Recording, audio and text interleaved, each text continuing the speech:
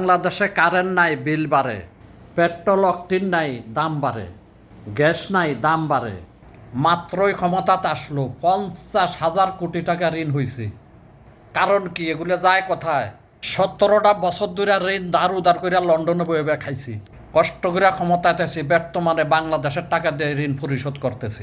বর্তমানে পাবলিকের দৌড়ানি খাওয়ানোর আগে যেমন দৈরাই হিসাব কিতাব সব টাকা পয়সা বাংলাদেশে থুয়ে যায়। কোনো সুযোগ দেওয়া হবে না। সেনাবাহিনীর কাছে ক্ষমতা হস্তান্তর করা হোক। সন্ত্রাসী চাঁদাবাজি আরও 2 গুণ বাড়ছে। দেশটারে এইভাবে খাইছে। বিএমপির ভোট দিয়া পাবলিকে আনন্দ পাইছে, মানুষের শরীরের ভিতরে আগুন জ্বালাইছে।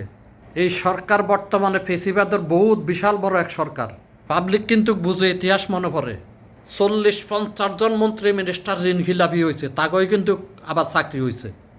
খুন খারাপি চাঁদাবাজি তারা করবে নাকি পাবলিক করব?